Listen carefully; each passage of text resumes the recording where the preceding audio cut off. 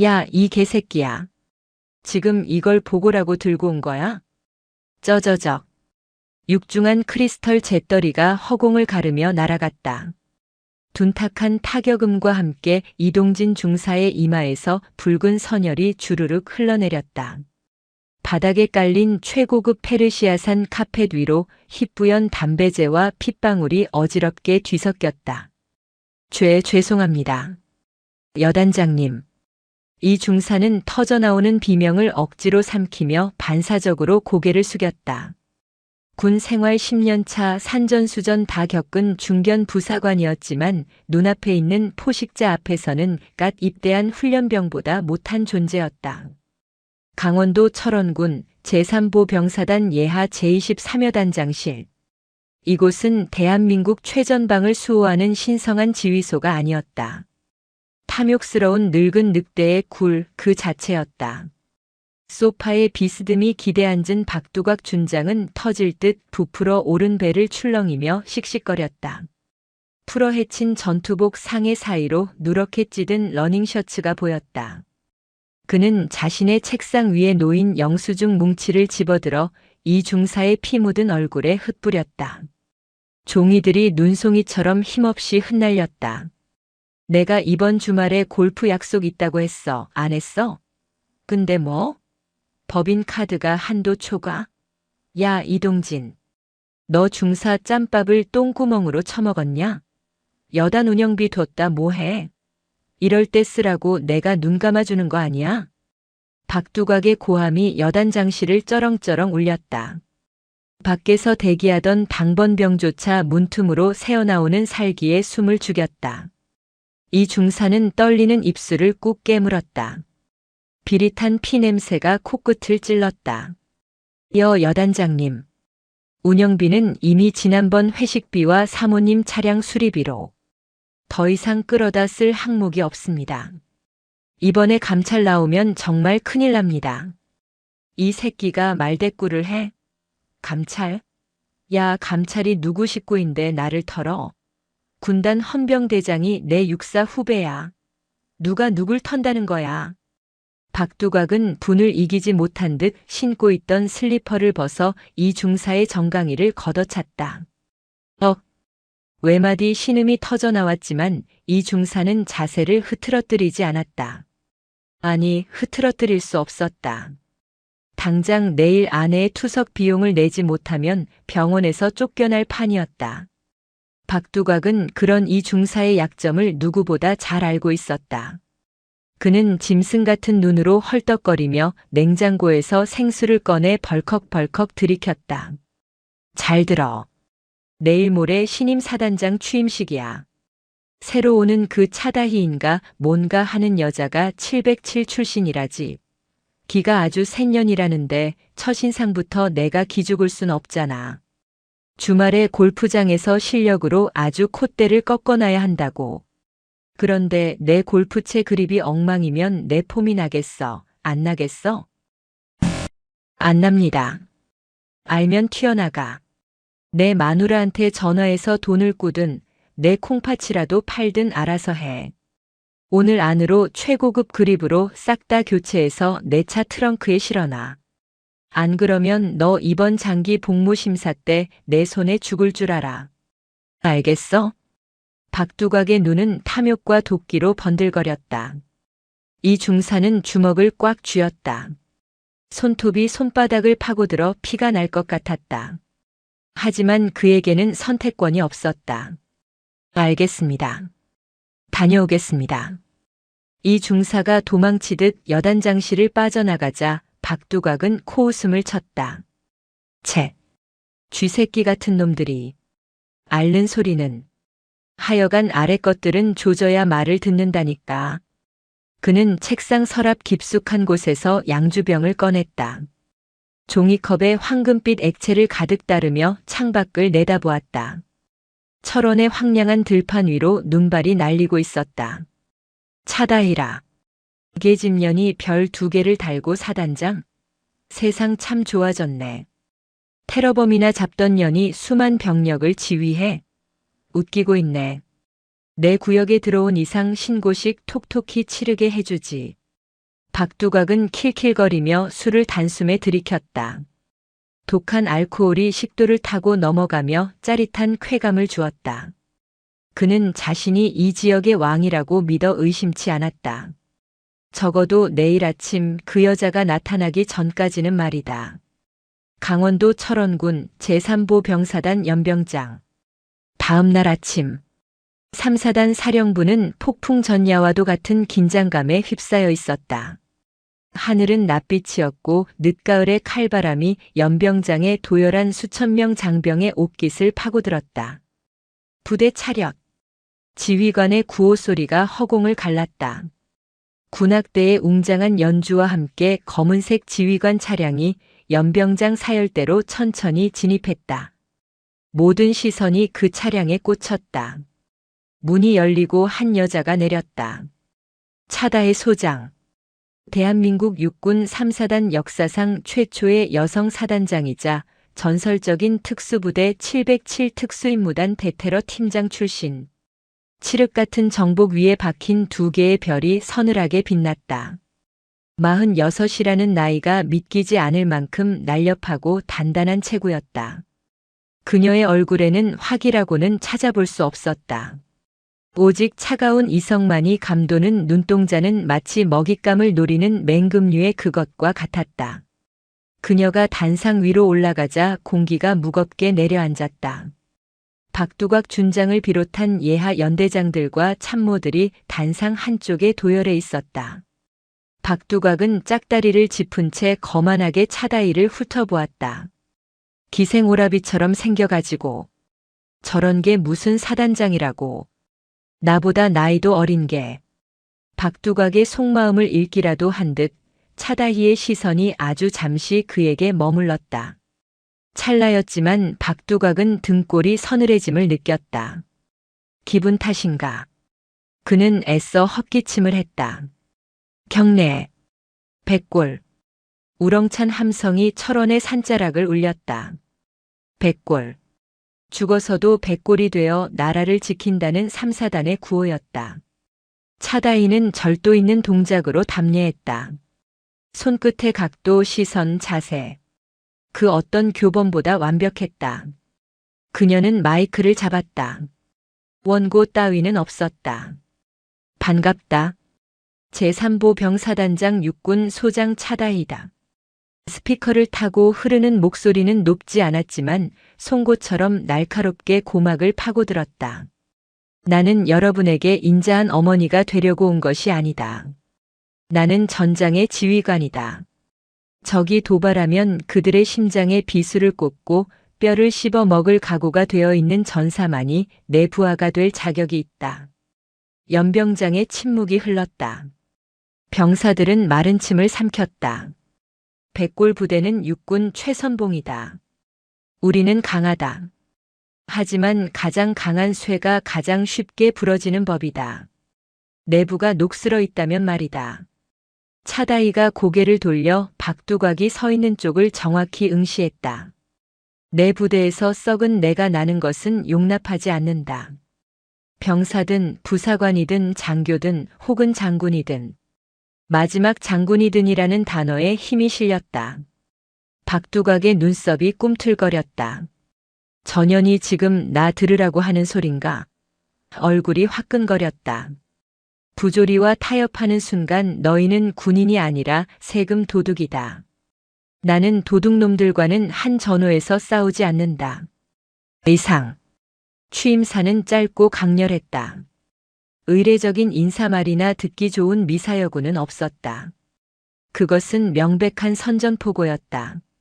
취임식이 끝나고 사단 사령부 대회의실에서 다과회가 열렸다. 분위기는 겉보기에 화기애애했지만 물밑에서는 팽팽한 기싸움이 벌어지고 있었다. 박두각 준장은 특유의 능글맞은 미소를 지으며 차다이에게 다가갔다. 그의 뒤에는 부관이 최고급 양주병을 들고 따르고 있었다. 아이고 사단장님. 취임사 아주 인상적이었습니다. 역시 707 출신이라 기백이 대단하십니다. 박두각의 말투에는 미묘한 비아냥이 섞여 있었다.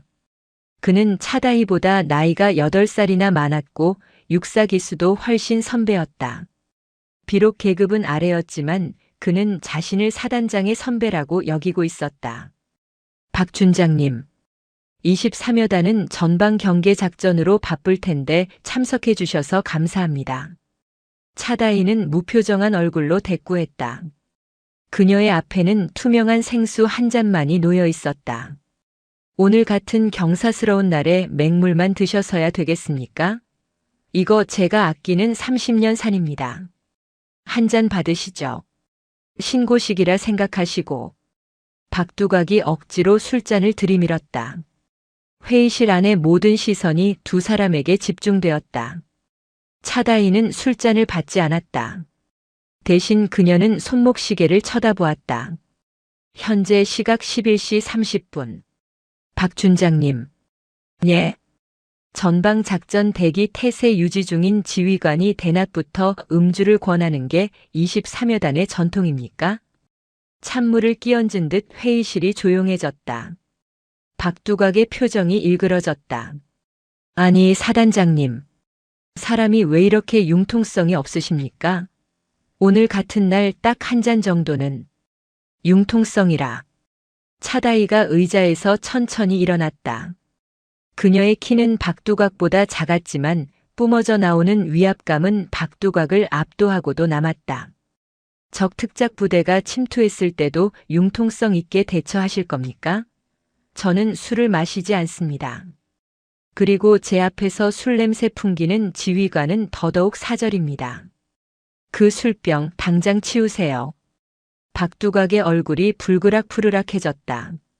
수많은 부하 장교들이 보는 앞에서 당한 명백한 망신이었다. 그는 부들거리는 손으로 술잔을 내려놓았다. 알겠습니다. 사단장님 뜻이 정그러시다면. 제가 생각이 짧았습니다. 그는 고개를 숙였지만 눈빛만은 독사처럼 차다이를 노려보고 있었다. 두고 보자. 내가 언제까지 그렇게 뻣뻣하게 구나보자. 내 구역인 철원 땅은 지뢰밭이야. 한 발자국만 잘못 디디면 뼈도 못 추리게 해주지. 그때 회의실 구석에서 묵묵히 이 광경을 지켜보는 한 남자가 있었다. 3사단 주임원사 최무성이었다. 검게 그을린 얼굴에 깊게 패인 주름, 날카로운 눈매를 가진 그는 직감했다. 전쟁이 시작됐군. 최무성은 박두각이라는 인간을 잘 알고 있었다. 그는 자신이 당한 수모를 절대 잊지 않는 뱀처럼 집요하고 교활한 인간이었다. 분명 뒤에서 더러운 수를 쓸 것이 뻔했다. 그날 밤 23여 단장 관사 박두각은 사복으로 갈아입은 채 거실 소파에 앉아 누군가와 통화를 하고 있었다. 예, 김 의원님. 접니다. 박 준장. 아유, 별말씀을요. 이번에 우리 둘째 취업 신경 써주신 거 제가 잊지 않고 있습니다.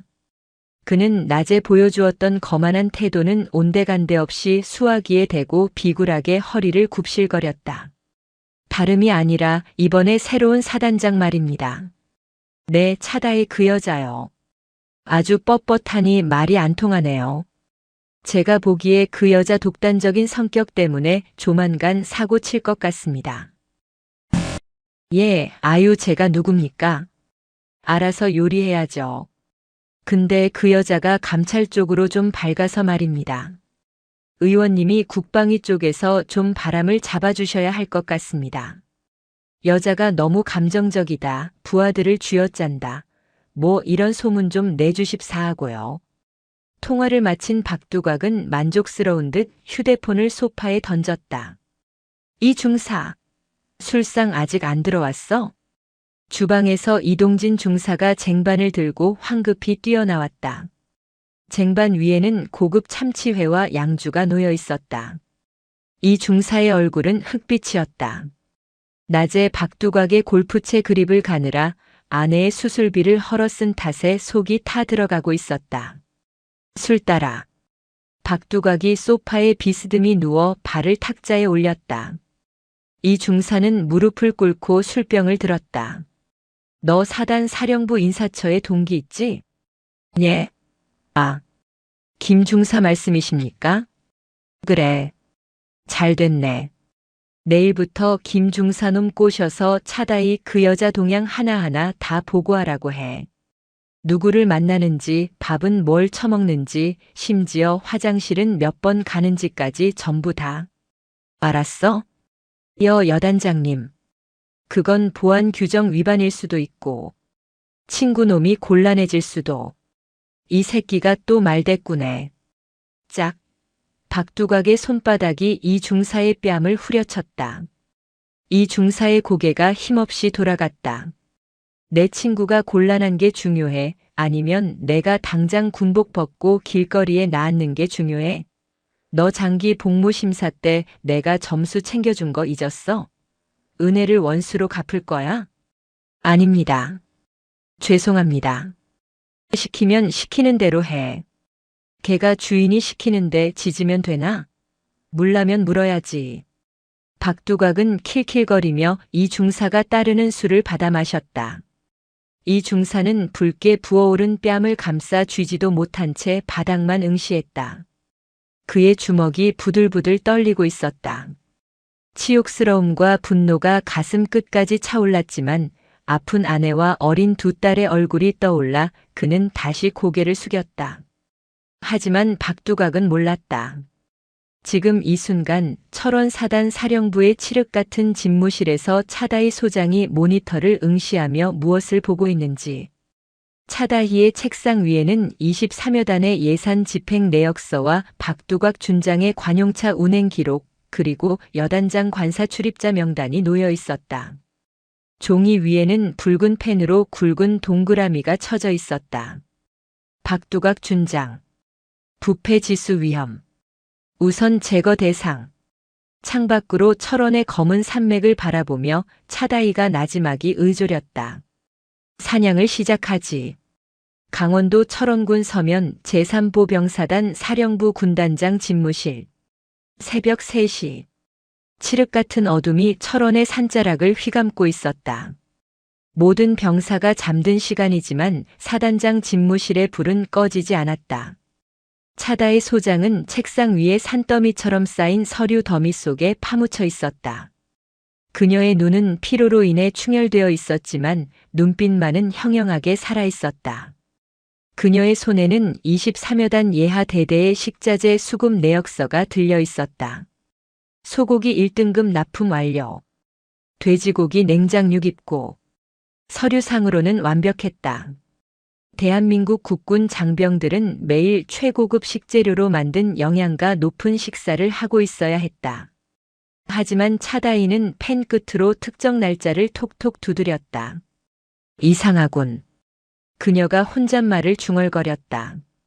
707 특임대 시절 수많은 대테러 작전을 수행하며 익힌 직감은 그녀에게 무언가 잘못되었다고 경고하고 있었다. 그녀는 다른 서류를 꺼냈다.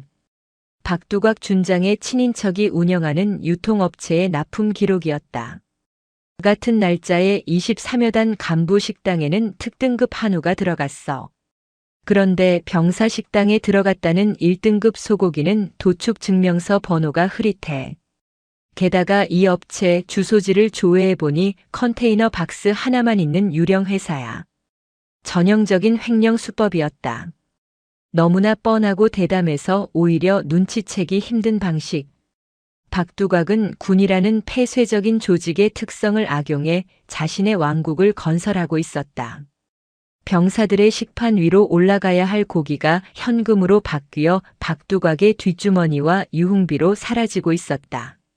차다희는 서류를 내려놓고 관자놀이를 꾹 눌렀다. 단순히 심증만으로는 부족했다. 저 능구렁이 같은 박두각을 잡으려면 그가 빠져나갈 구멍을 완벽하게 차단할 물증이 필요했다.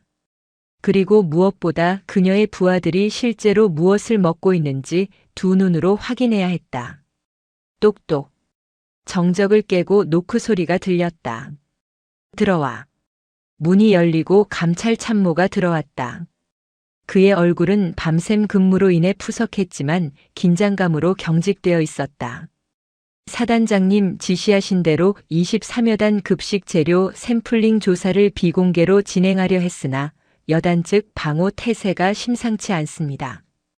위병소 통과 기록부터 시작해서 외부 차량 검문을 극도로 강화했습니다. 박두각이 냄새를 맡았군. 차다희의 인매가 싸늘하게 굳어졌다. 장병들 먹을 걸 건드려? 군인의 가장 기본인 식사를? 그녀에게 있어 병사들의 먹거리는 건드려서는 안 될 영린이었다. 잘 먹이고 잘 재워야 잘 싸운다. 그것이 지휘관의 제일 원칙이었다.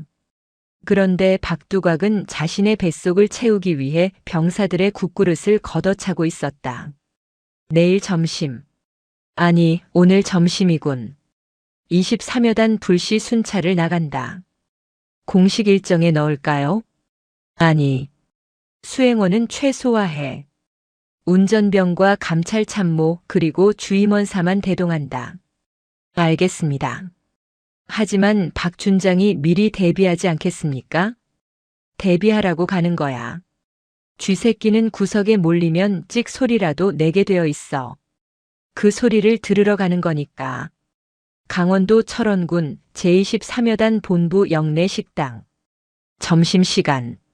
식당은 병사들로 북적였다. 짬밥 냄새와 땀 냄새가 뒤섞인 묘한 냄새가 진동했다. 식판 부딪히는 소리, 병사들의 웅성거림, 조리병들의 고함 소리가 뒤섞여 소란스러웠다. 그때였다. 식당 입구가 술렁거리더니 정적이 파도처럼 퍼져나갔다. 예고 없이 들이닥친 성판을 단 검은 세단. 차다의 소장의 방문에 23여 단은 발칵 뒤집혔다. 부대 차렷.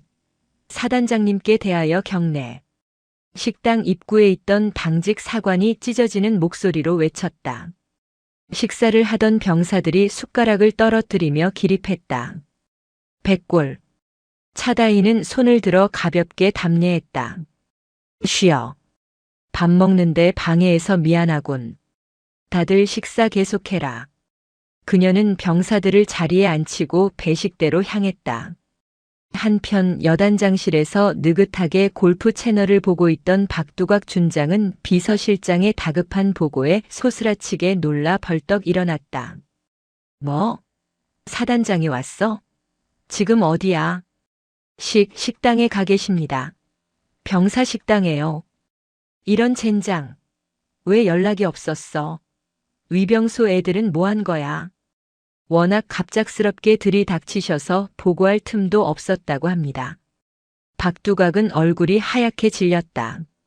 그는 허겁지겁 전투복 상의를 걸치고 모자를 삐딱하게 쓴 채 식당으로 달려갔다. 뱃살이 출렁거렸고 숨이 턱끝까지 차올랐다. 망했다. 하필이면 오늘 점심 메뉴가. 박두각이 식당에 도착했을 때 차다이는 이미 병사들과 똑같은 식판을 들고 줄을 서 있었다. 박두각은 이마에 맺힌 식은땀을 닦으며 억지 미소를 지으며 그녀에게 다가갔다. 아이고 사단장님.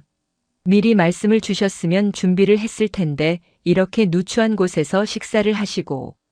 박두각의 목소리는 평소의 거만함은 온데간데 없고 가늘게 떨리고 있었다. 차다희는 배식받던 국자를 멈추고 천천히 고개를 돌려 박두각을 바라보았다. 누추하다니요. 차다희의 목소리는 낮고 차분했지만 식당 안의 공기를 얼어붙게 만들기에 충분했다. 우리 장병들이 매일 밥을 먹는 곳입니다. 박 준장님 눈에는 조국을 지키는 전사들의 식탁이 누추해 보입니까? 아, 제 말은 그게 아니라 지휘관님을 모시기에는 격식이 좀 부족하다는 뜻이었습니다. 여단장실 옆에 귀빈 식당이 따로 마련되어 있습니다. 거기로 가시죠. 제가 특별히 공수해온 자연산 송이버섯 전골이 있습니다. 박두각은 차다희의 팔을 살짝 잡아 끌려 했다. 그 순간 차다희의 눈빛이 매섭게 빛났다. 그녀는 박두각의 손을 매몰차게 뿌리치지는 않았지만 싸늘한 눈빛만으로 그를 제지했다. 됐습니다. 저는 제 부하들이 먹는 것과 똑같은 걸 먹겠습니다. 박 준장님도 식판 들고 오시죠. 결국 박두각은 울며 겨자 먹기로 식판을 들고 차다이의 뒤에 섰다. 배식 당번을 맡은 병사들의 손이 덜덜 떨렸다. 여단장이 식판을 들고 줄을 서 있는 광경은 군 생활 중 처음 보는 기괴한 모습이었다. 차다이는 식판을 들고 병사들이 앉아 있는 테이블 한가운데로 걸어갔다. 주변의 병사들은 체할 것 같은 표정으로 밥을 먹는 둥 마는 둥 하며 두 사람의 눈치를 살폈다. 그녀의 식판에는 묽은 된장국과 말라비틀어진 제육볶음, 그리고 김치 몇 조각이 전부였다. 쌀밥은 윤기라고는 찾아볼 수 없이 푸석거렸고 국은 건더기가 거의 없이 맹물에 가까웠다. 차다이는 묵묵히 숟가락으로 국을 떴다. 혀끝에 닿는 맛은 끔찍했다. 멸치 육수조차 제대로 우려내지 않은 소금물 맛이었다. 그녀는 제육볶음 한 점을 입에 넣었다. 고물을 씹는 듯 즐겼다. 도저히 1등급 고기라고는 볼 수 없는 최하품 잡곡이었다.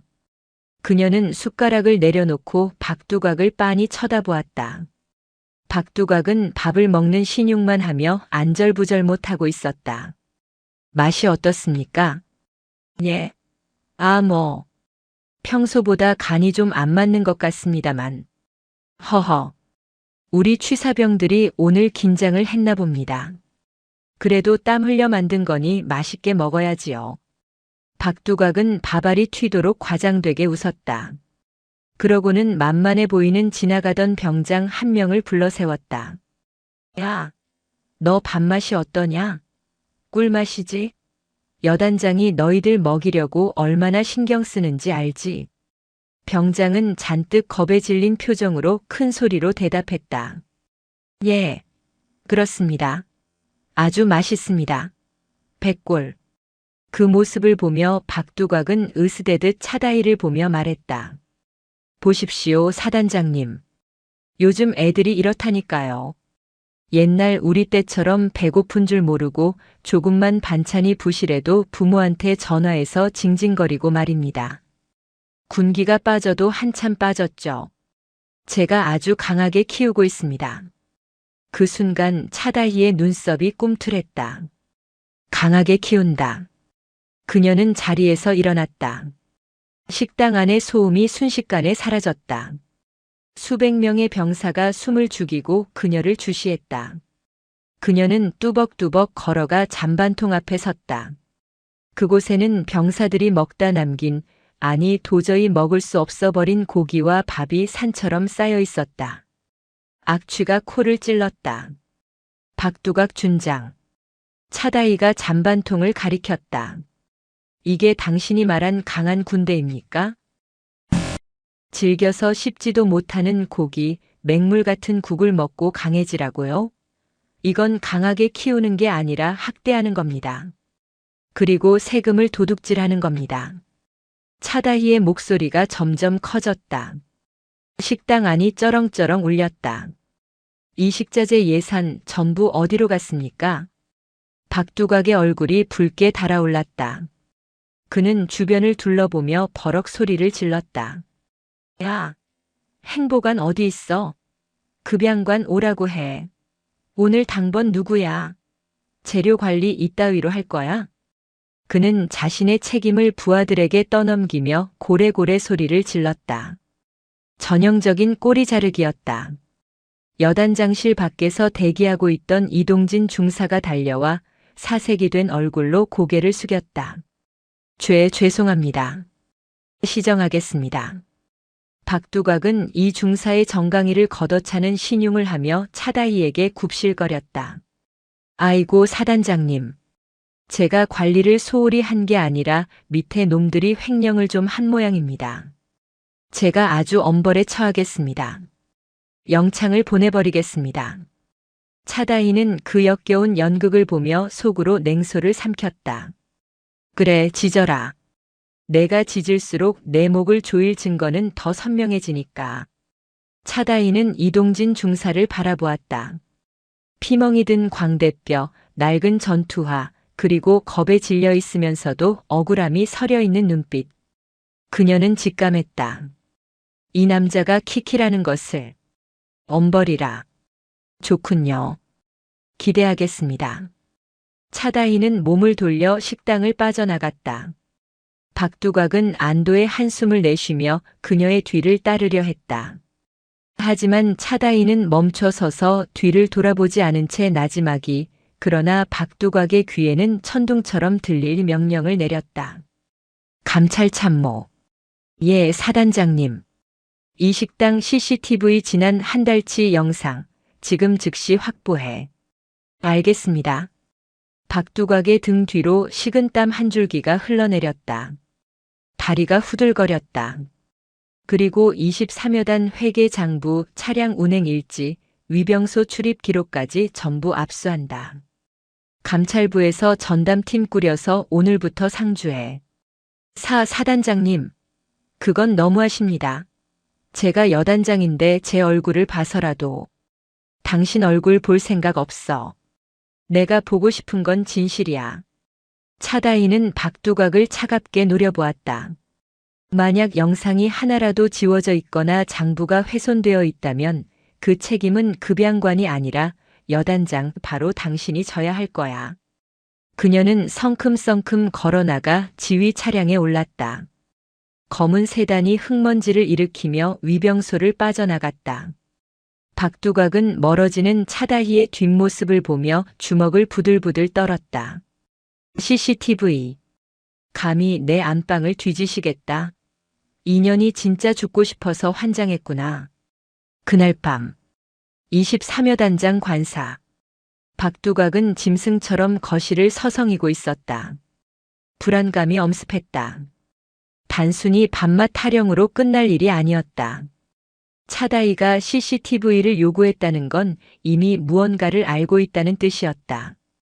CCTV에는 박두각이 밤늦게 업체 사람들을 불러 술판을 벌인 장면, 급양관을 폭행하는 장면, 식자재를 빼돌려 자신의 차에 싣는 장면이 고스란히 담겨 있었다. 이동진. 예, 여단장님. 이동진 중사가 주방에서 달려나왔다. 그의 얼굴은 며칠 새 반쪽이 되어 있었다. 너 시킨 거 어떻게 됐어? 사단 사령부 김 중사한테 연락해봤어? 그게 김 중사 말로는 사단장님이 밤마다 외부와 차단된 채 혼자 집무실에서 무언가를 분석한다고 합니다. 그리고 며칠 전에 707 시절 부하들을 비공식적으로 만났다는 이야기도 있습니다. 뭐? 707 부하들을? 박두각의 동공이 흔들렸다. 차다희가 공식 감찰 라인이 아닌 707 인맥을 동원했다면 이건 단순한 감찰이 아니라 특수작전 수준의 뒷조사가 진행되고 있다는 의미였다. 안 돼. 이대로 당할 순 없어.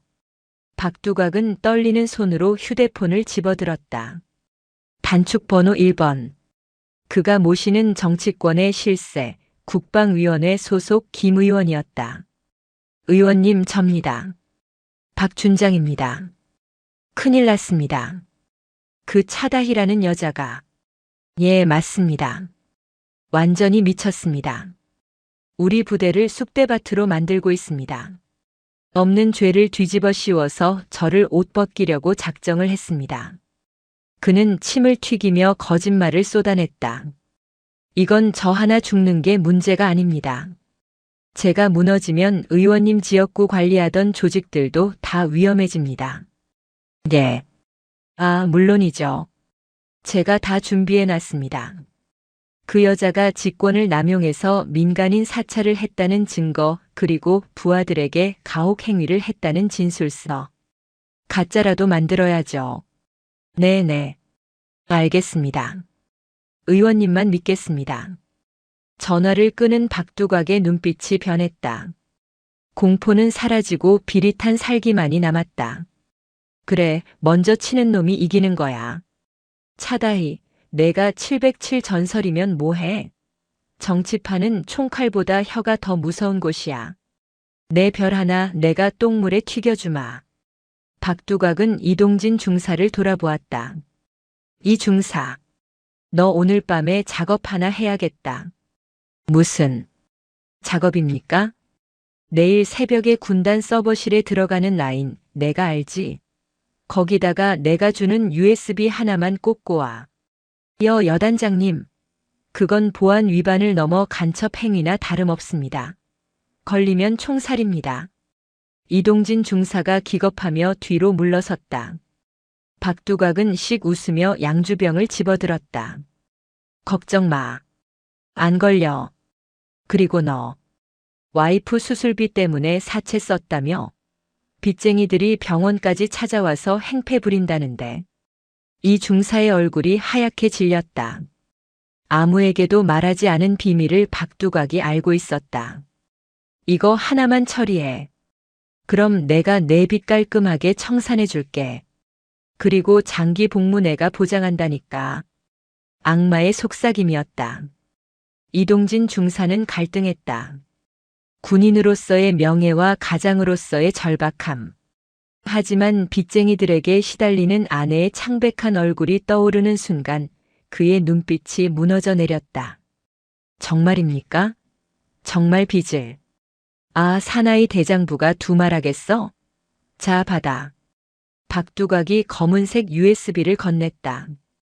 그것은 차다이를 파멸의 구렁텅이로 몰아넣을 조작된 데이터가 담긴 독사과였다. 이동진 중사는 떨리는 손으로 차가운 금속성 물체를 받아들었다. 그의 영혼이 부서지는 소리가 들리는 듯 했다. 밖에서는 매서운 철원의 칼바람이 창문을 두드리고 있었다.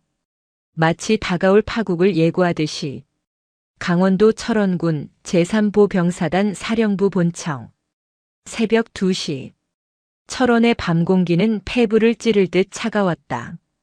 영하 15도를 오르내리는 혹한 속에서 사령부 건물은 거대한 얼음 묘비처럼 침묵하고 있었다. 복도를 순찰하는 당직 사관의 발소리가 멀어지자 그림자 하나가 어둠 속에서 쓱 배어나왔다. 이동진 중사였다. 그는 평소의 단정한 정복 차림이 아닌 모자를 푹 눌러 쓴 정비복 차림이었다. 가슴 주머니에는 박두각 준장이 건넨 검은색 USB가 납덩이처럼 무겁게 들어앉아 있었다. 그의 심장은 갈비뼈를 부술 듯이 쿵쾅거렸다. 이건 미친 짓이야. 이건 반역이다. 이동진은 마른 침을 삼켰다. 식은 땀이 등줄기를 타고 흘러내려 내일을 적셨다.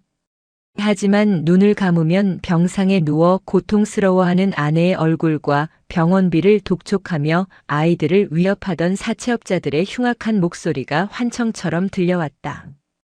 가장의 무게가 군인의 명예보다 가벼울까? 아니, 내 가족이 죽어가는데 명예가 무슨 소용이야. 그는 떨리는 손으로 보안 카드를 리더기에 댔다. 띠릭. 녹색 불빛이 전멸했다. 박두각 준장이 미리 손을 써둔 덕분에 출입 통제 구역인 전산 서버실의 문이 소리 없이 열렸다. 서버실 내부는 윙윙거리는 냉각 팬 소리로 가득했다. 수백 개의 LED 불빛이 마치 감시하는 눈동자처럼 깜빡거렸다. 이동진은 숨을 죽이며 메인 서버렉으로 다가갔다. 박두각이 일러준 대로라면 이 서버는 사단 내부망뿐만 아니라 상급 부대인 군단, 그리고 국방부 인트라넷과도 연결되는 핵심 노드였다. 그는 주머니에서 USB를 꺼냈다. 손이 너무 심하게 떨려 2번이나 떨어뜨릴 뻔했다. 죄송합니다. 사단장님. 정말 죄송합니다. 이동진은 입술을 피가 나도록 깨물며 USB를 포트에 꽂았다. 치익. 모니터 화면에 붉은색 프로그레스 바가 나타났다. 악성 스크립트가 시스템 내부로 침투하는 소리가 들리는 듯 했다. 그것은 차다이 사단장의 개인 PC에서 민간인 불법 사찰 데이터가 생성된 것처럼 기록을 조작하고 군사 기밀 문서를 외부 IP로 전송한 로그를 씹는 고도로 설계된 함정이었다. 설치 완료 로그 삭제 중. 화면에 뜬 완료 메시지를 보는 순간 이동진은 다리에 힘이 풀려 바닥에 주저앉을 뻔했다. 그는 허겁지겁 USB를 뽑아 주머니에 쑤셔 넣고 도망치듯 서버실을 빠져나왔다.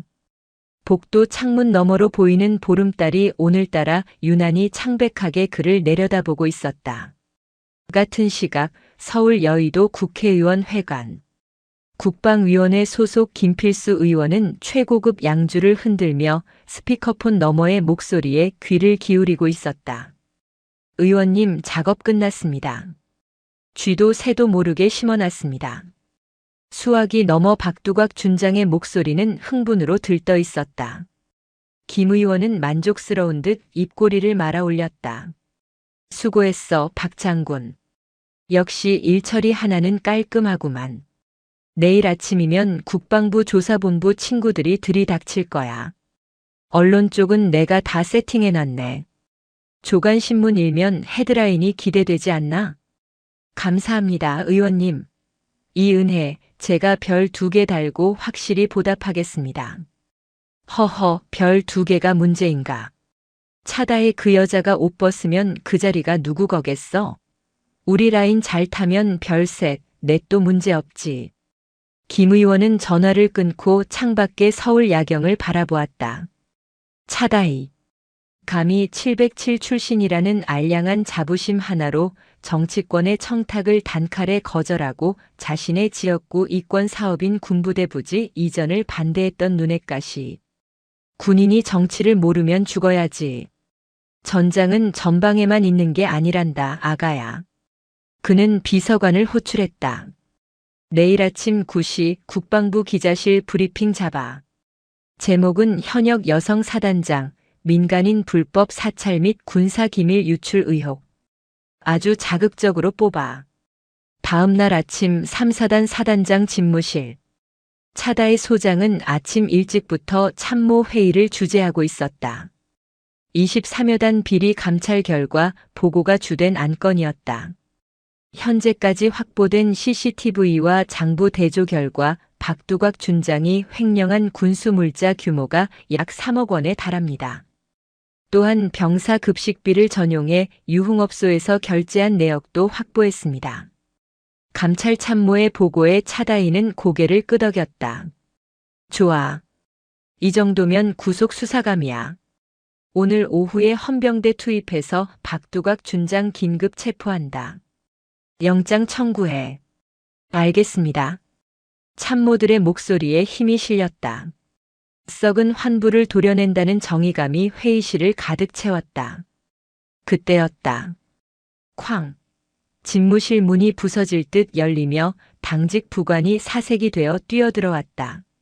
사단장님. 큰일 났습니다. 위병소의 국방부 조사본부 차량이.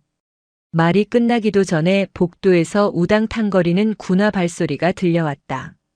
차다이가 자리에서 일어나는 순간 검은 양복을 입은 수사관들과 무장 헌병들이 회의실로 들이닥쳤다. 그대로 동작 그만. 손 머리 위로 올려. 회의실은 순식간에 아수라장이 되었다. 3사단 참모들이 벌떡 일어나 항의했다. 뭐 하는 짓입니까? 여기는 사단장님 집무실입니다. 어디 소속입니까? 수사관들 사이에서 낯익은 얼굴이 걸어 나왔다. 국방부 조사본부 수사단장 최대령이었다.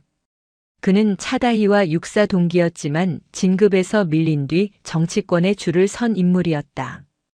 그는 차다희에게 경례조차 하지 않고 영장을 들이밀었다. 차다희 소장. 군사기밀보호법 위반, 직권남용, 그리고 민간인 불법 사찰 혐의로 긴급 체포한다. 지금 이 시각부로 사단장 직무는 정지된다. 민간인 사찰? 무슨 헛소리야. 차다이가 낮게 으르렁거렸다. 하지만 최 대령은 비웃음을 흘리며 그녀의 손목에 수갑을 채웠다. 증거는 차고 넘쳐. 내 개인 PC와 서버 로그에서 민간인 정치인들의 뒷조사를 한 파일이 무더기로 나왔어. 그리고 작전 계획 5027을 외부로 유출한 정황까지. 아주 대담하더군, 차다이. 조작이야. 난 그런 적 없어. 그건 가서 말해. 끌고 가. 수사관들이 차다희의 양팔을 거칠게 잡았다. 그녀는 저항하지 않았다. 다만 그 혼란스러운 와중에도 그녀의 눈빛은 침착하게 상황을 스캔하고 있었다. 누군가 내부망을 건드렸다. 그것도 아주 가까운 곳에서. 그녀가 끌려나가는 순간 복도 끝에서 그 광경을 지켜보는 박두각 준장의 모습이 보였다. 그는 입꼬리를 귀에 걸릴 듯이 올리며 차다이를 향해 손을 흔들었다. 소리 없는 입모양이 이렇게 말하고 있었다. 잘 가라, 사단장님. 차다희의 눈매가 매섭게 좁혀졌다. 덫에 걸렸다. 쥐새끼들이 파놓은 아주 더럽고 깊은 덫에. 대한민국 육군 3사단은 충격에 휩싸였다. 창군 이래 최초의 여성 사단장이 부임 일주일 만에 간첩 혐의와 민간인 사찰이라는 파렴치한 죄목으로 압송되는 장면이 뉴스 속보로 타전되었다. 속보 육군 사단장 군사 기밀 유출 혐의로 긴급 체포 단독 차다이 소장, 야당 유력 정치인 불법 사찰. 제2의 기무사 사태 우려. 방송국 헬기가 부대 상공을 빙빙 돌며 사령부 건물을 촬영했고 인터넷 댓글창은 차다이를 비난하는 글들로 도배되었다. 김필수 의원이 풀어놓은 댓글 부대와 여론 선동은 효과적이었다. 그녀가 707시절 목숨을 걸고 테러범을 제압했던 영웅담은 온데간데 없고 권력에 미친 정치 군인이라는 프레임만이 남았다. 서울 용산 국방부 조사본부 취조실. 사방이 회색 방음벽으로 둘러싸인 좁은 방. 차다희는 포승줄에 묶인 채 철제 의자에 앉아 있었다. 그녀의 앞에는 강력 조명이 눈을 찌르듯이 비추고 있었다. 부르라고. 왜 작전 계획을 유출했어? 배후가 누구야? 북한이야? 아니면 중국? 수사관이 책상을 내리치며 고함을 질렀다. 벌써 10시간째 이어지는 강압 수사였다. 물 한 모금 주지 않고 잠도 재우지 않았다. 하지만 차다이는 돌부처처럼 미동도 하지 않았다. 증거 가져와. 그녀의 목소리는 갈라져 있었지만 힘이 있었다. PC에서 나온 로그 파일, 서버 접속 기록, 그거 하나 조작하는 게 일도 아니라는 거 너희가 더 잘 알잖아. 원본 하드디스크 포렌식 요청한다. 그리고 접속한 IP 위치 추적해. 이 여자가 아직도 상황 파악이 안 되나 본데. 넌 끝났어. 내가 아무리 버텨봤자 내일이면 구속영장 실질 심사야. 판사도 이미 우리 쪽이랑 얘기 끝났다고. 수사관은 차다희의 뺨을 툭툭 치며 조롱했다. 차다희는 그를 올려다보았다. 맹수의 눈빛이었다. 수사관이 흠칫하며 뒤로 물러섰다. 기억해둬라. 지금 내 몸에 손 댄 거. 나중에 군법회의에서 가혹행위로 추가 기소할 테니까. 이 독한 년이. 같은 시각 강원도 철원 23여 단장실.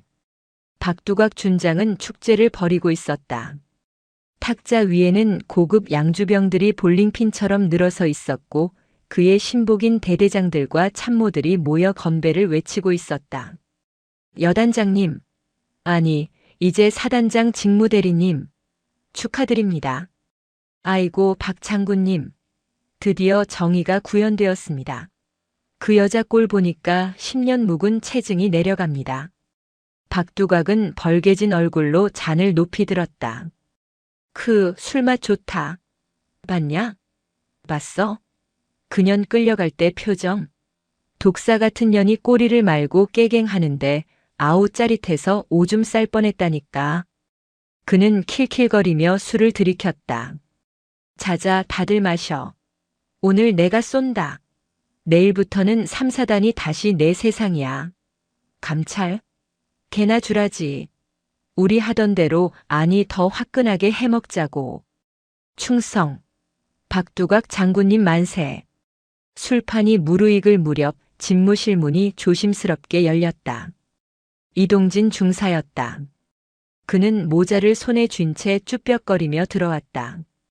그의 눈은 퀭했고 죄책감과 불안감으로 손톱을 물어뜯고 있었다. 이 중사 왔어? 박두각이 기분 좋게 그를 불렀다. 여단장님. 드릴 말씀이 있어서. 뭔데? 아, 돈? 박두각의 표정이 순식간에 귀찮다는 듯이 변했다. 그는 손을 휘휘 저었다. 야, 분위기 좋은데 초 치지 말고 나중에 얘기해. 지금 상황 시끄러운 거 안 보여? 조사본부 애들 왔다 갔다 하는데 내가 뜬금없이 큰돈을 너한테 송금하면 의심받겠어, 안 받겠어? 하지만 오늘까지 병원비 입금 안 되면 아내 수술이 취소된다고. 이동진이 울먹이며 매달렸다. 그는 정말 절박했다. 박두각이 시키는 대로 조국을 배신하고 상관을 팔아넘겼다. 오직 가족을 살리기 위해서였다.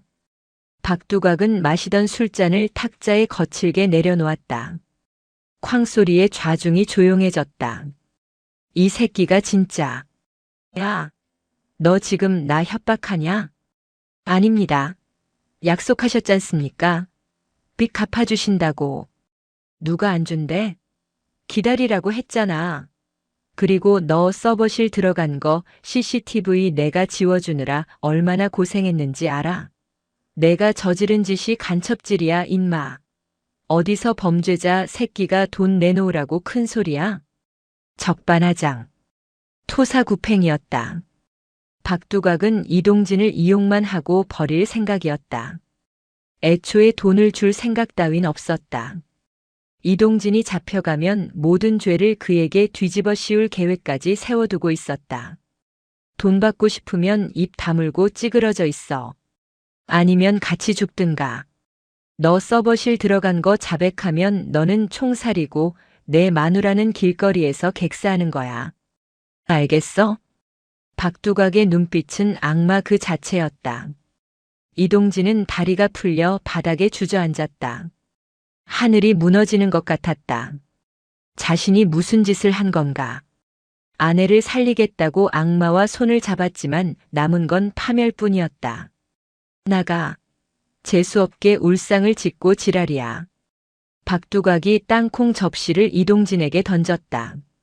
이동진은 비틀거리며 여단장실을 나갔다. 복도에 홀로 선 그는 소리 없이 오열했다. 밤하늘에는 별들이 무심하게 반짝이고 있었다. 그의 어깨에 달린 중사 계급장도 차다희의 어깨에 달린 소장 계급장도 모두 어둠 속에 묻혀버린 밤이었다.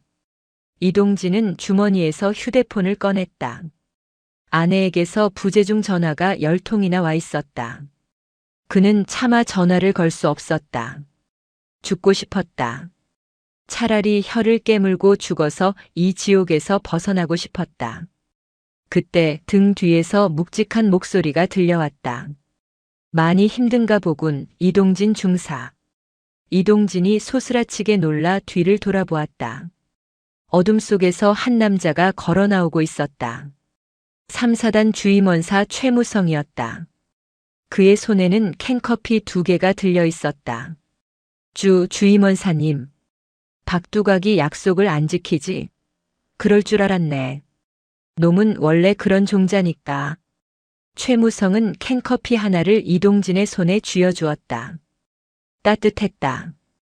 그 온기가 얼어붙은 이동진의 마음을 묘하게 파고들었다. 알고 계셨습니까?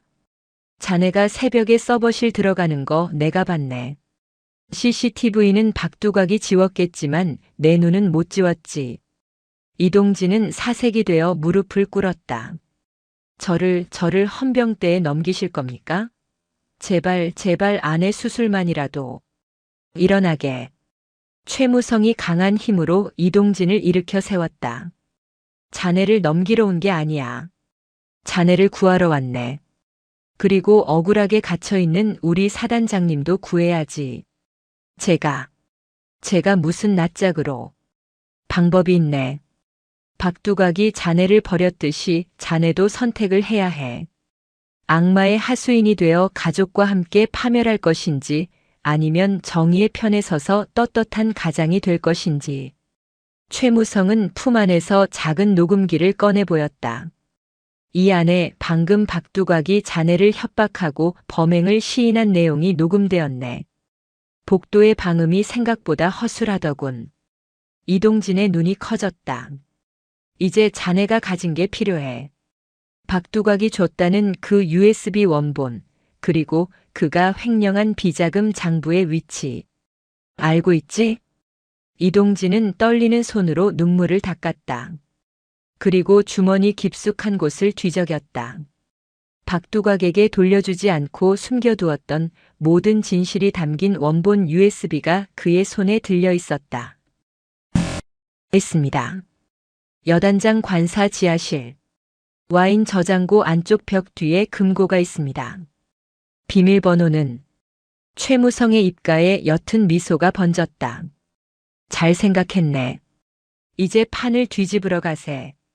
같은 시각 국방부 유치장. 차다희는 차가운 바닥에 앉아 벽을 응시하고 있었다. 그녀는 알고 있었다. 이 싸움은 아직 끝나지 않았다는 것을. 그녀의 부하들이, 그녀가 믿는 군인들이 움직이고 있을 것이라는 믿음이 있었다. 박두각 그리고 김필수 의원. 샴페인을 터뜨리기엔 일러.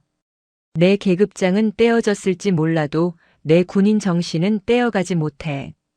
그녀는 눈을 감고 호흡을 가다듬었다. 반격의 서막이 오르고 있었다. 어둠이 가장 짙은 새벽, 진짜 별들의 전쟁은 이제부터 시작이었다. 경기도 양주시 제1군단 보통군사법원. 회색빛 구름이 낮게 깔린 오후. 군사법원 앞에는 수십 명의 취재진이 장사진을 이루고 있었다.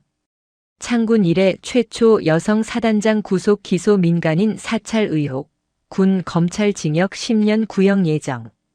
김필수 의원이 뿌린 자극적인 보도 자료 덕분에 여론은 최악으로 치닫고 있었다.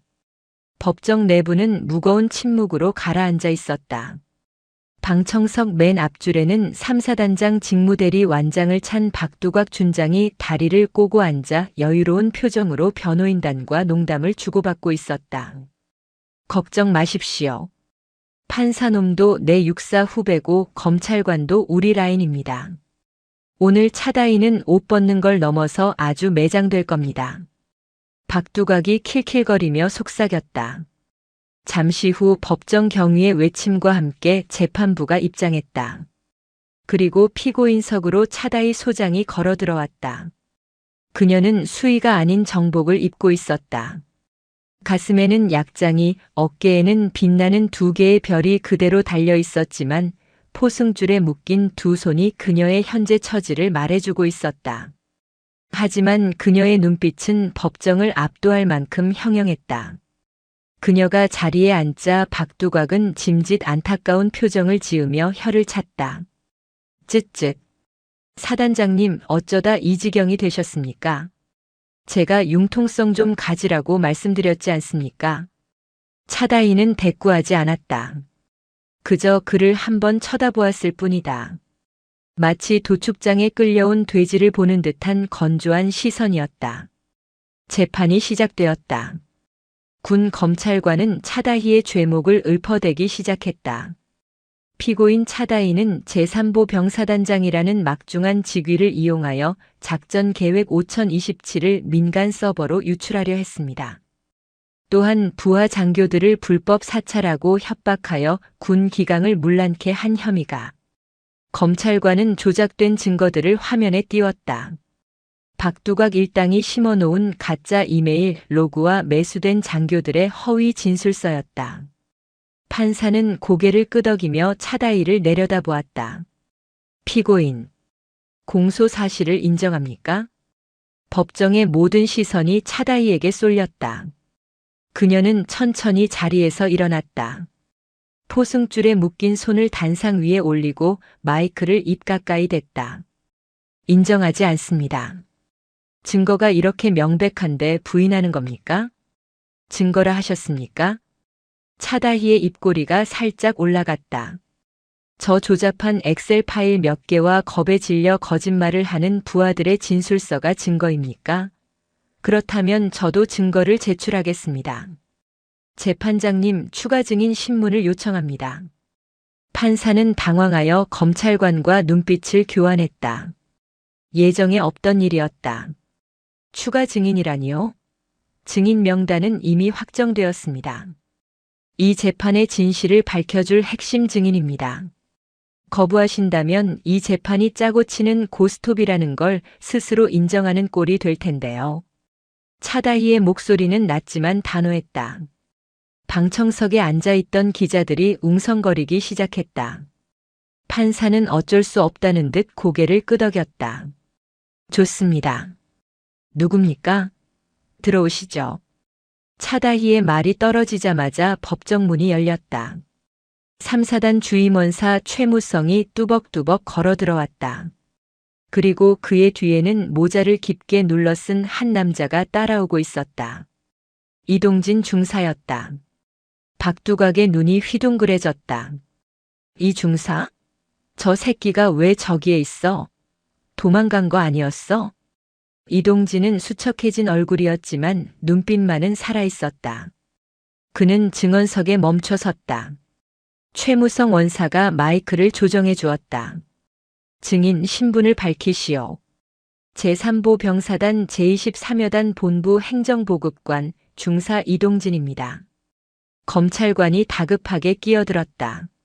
재판장님, 이 사람은 현재 군사기밀 유출 실행범으로 수배 중인 피의자입니다. 증인으로서의 신빙성이 없습니다. 신빙성은 들어보고 판단하시죠. 차다희가 검찰관의 말을 잘랐다. 그녀는 이동진을 바라보며 부드럽게 말했다. 이 중사, 그동안 박두각 준장이 당신에게 시킨 일들, 그리고 그날 새벽 서버실에서 있었던 일에 대해 거짓 없이 말할 수 있습니까? 이동진은 떨리는 손으로 마이크를 잡았다. 그리고 방청석의 박두각을 노려보았다. 두려움은 사라지고 분노만이 남아 있었다. 네, 말하겠습니다. 저는 박두각 여단장의 지시로 군단 서버실에 해킹 툴을 설치했습니다. 여단장님은 제 아내의 수술비와 빚을 갚아주겠다고 회유했고 만약 거절하면 장기 복무 심사에서 탈락시키겠다고 협박했습니다. 법정이 술렁거렸다. 카메라 플래시가 미친 듯이 터지기 시작했다. 박두각이 벌떡 일어나 소리쳤다.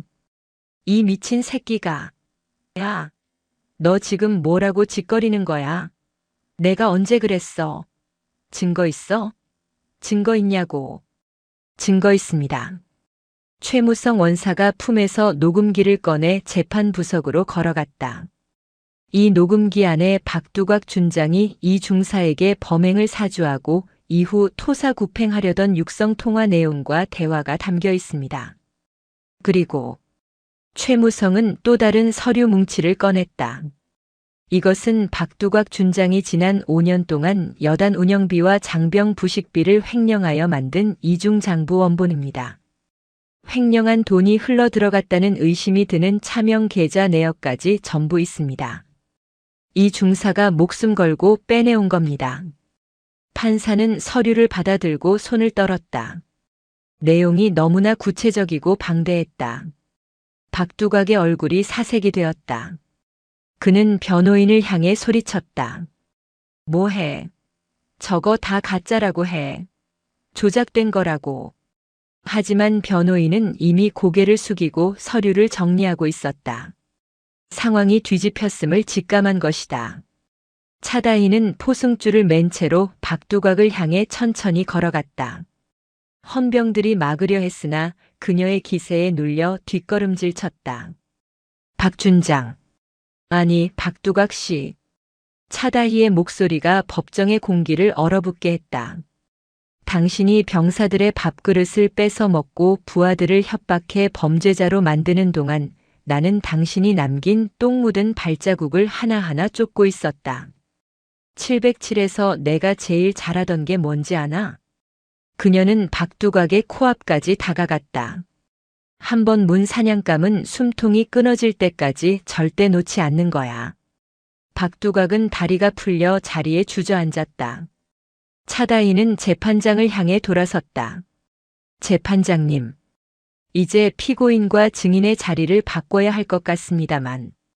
법정은 아수라장이 되었다. 기자들은 셔터를 누르며 박두각의 일그러진 얼굴을 찍어대기 바빴다. 판사는 망치로 법대를 두들겼다. 정숙하세요. 그때 박두각이 마지막 발악을 했다. 그는 자신의 휴대폰을 꺼내 김필수 의원에게 전화를 걸었다. 의원님, 저 좀 살려주십시오. 저 여자가 억지 증거를 가지고 와서 지금 거신 번호는 없는 번호이오니. 수화기 너머에서 들려온 것은 기계적인 안내 음성뿐이었다. 박두각의 손에서 휴대폰이 미끄러져 바닥에 떨어졌다. 툭 하는 소리가 그의 심장이 바닥으로 떨어지는 소리처럼 들렸다. 김 의원은 이미 꼬리를 자르고 잠적해버린 것이다. 차다이는 헌병들에게 눈짓했다. 최무성 원사. 지금 즉시 헌병대를 대동해서 23여 단장실과 관사를 압수수색해. 비자금이 숨겨진 금고가 있을 거야. 와인 저장고 안쪽 벽 뜯어내면 나온다. 알겠습니다. 사단장님. 최무성이 우렁차게 대답하고 법정을 뛰쳐나갔다. 재판은 순식간에 박두각에 대한 긴급 체포동의 절차로 바뀌었다. 모든 증거가 너무나 명백했다. 박두각은 멍하니 허공을 응시하다가 헌병들이 자신의 팔을 잡자 괴성을 질렀다. 이거나, 내가 누군지 알아? 나 장군이야. 대한민국 장군이라고. 감히 누구 몸에 손을 대. 차다이가 그에게 다가갔다. 헌병들에게 잠시 물러나라고 손짓한 그녀는 박두각의 어깨에 달린 준장 계급장을 바라보았다. 은색으로 빛나는 별 하나. 그것은 군인의 명예가 아니라 탐욕의 상징이었다. 당신은 더 이상 장군이 아닙니다. 군인의 명예를 팔아먹은 잡범일 뿐이지. 찍. 섬유가 찢어지는 소리가 법정에 울려 퍼졌다. 차다이가 박두각의 전투복 견장을 거칠게 뜯어버렸다. 툭. 별이 바닥에 나뒹굴었다. 이 계급장은 당신이 달기에는 너무 무거웠어. 박두각은 뜯겨나간 어깨를 감싸쥐며 바닥에 주저앉아 통곡했다. 그의 울음소리에는 반성보다는 억울함과 분노만이 가득했다. 헌병들이 그를 질질 끌고 법정 밖으로 나갔다. 카메라 플래시 세례가 쏟아지는 가운데 천하의 박두각 준장은 짐승처럼 울부짖으며 호송차에 실려갔다. 차다이는 바닥에 떨어진 계급장을 밟고 지나갔다. 그녀의 눈은 이미 다음 전장을 향하고 있었다. 며칠 후 3사단 사령부. 차다이 소장은 무혐의로 풀려나 업무에 복귀했다. 국방부 장관이 직접 전화를 걸어 사과하고 위로했지만 그녀는 개의치 않았다. 그녀의 관심은 오직 하나, 무너진 3사단을 다시 세우는 것이었다. 그녀는 집무실 창가에 서서 철원의 산을 바라보았다.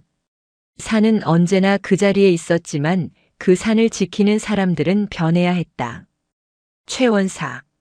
예, 사단장님. 이번 주말에 23여 단 방문한다.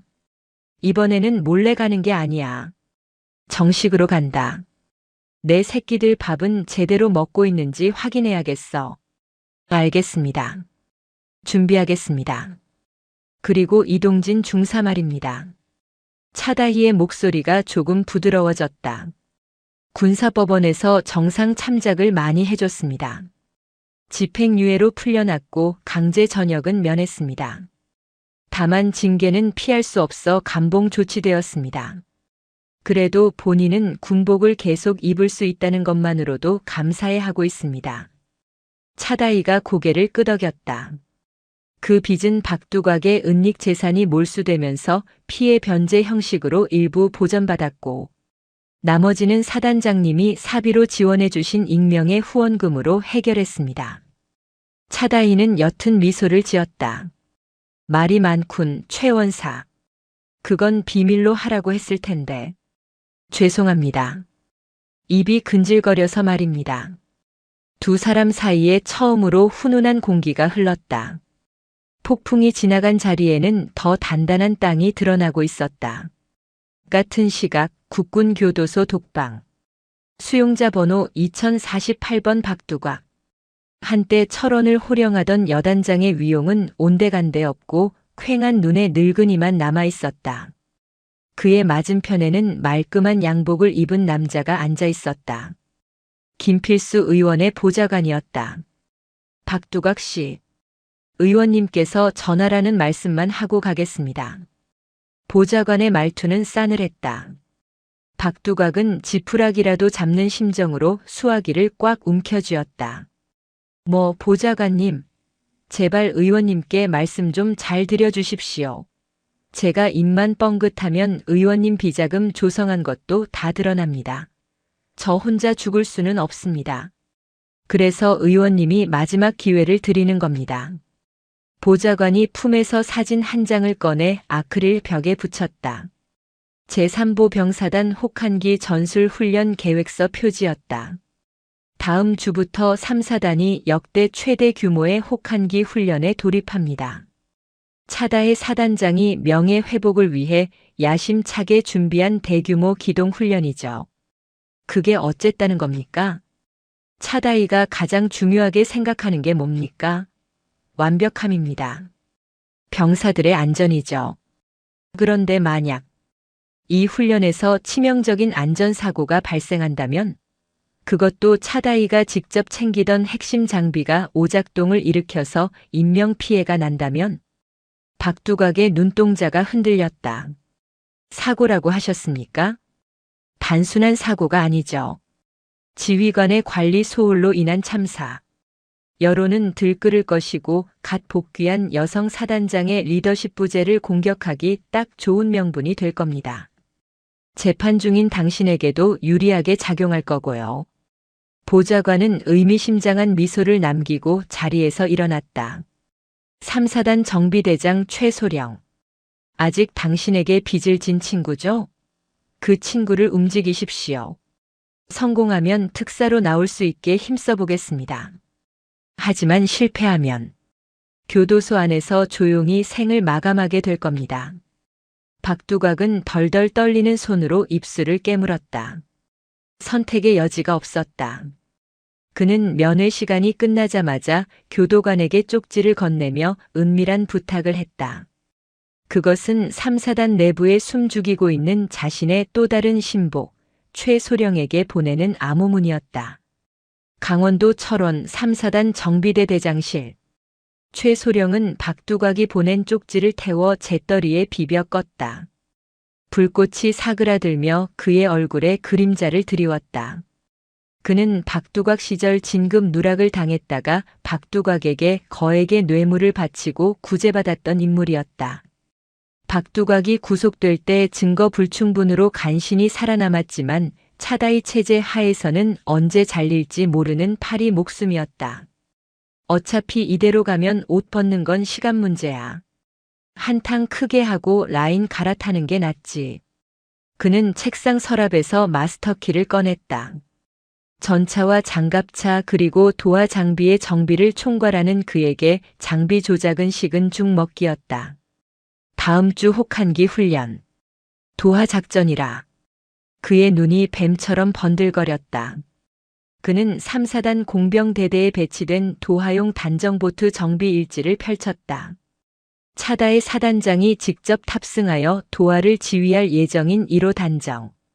배터리 연결 단자를 건드리면 엔진 과열로 폭발하게 만들 수 있어.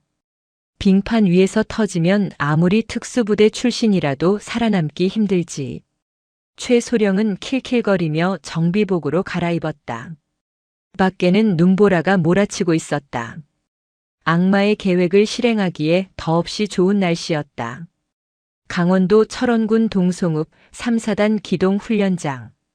영하 20도의 혹한. 철원의 산악지대는 하얀 눈으로 뒤덮여 있었다. 입김을 내뱉으면 그대로 얼어붙을 것 같은 살인적인 추위 속에서 수백 대의 K1A1 전차와 장갑차가 엔진 소음을 내뿜으며 대기하고 있었다. 전방에 적 전차 출현.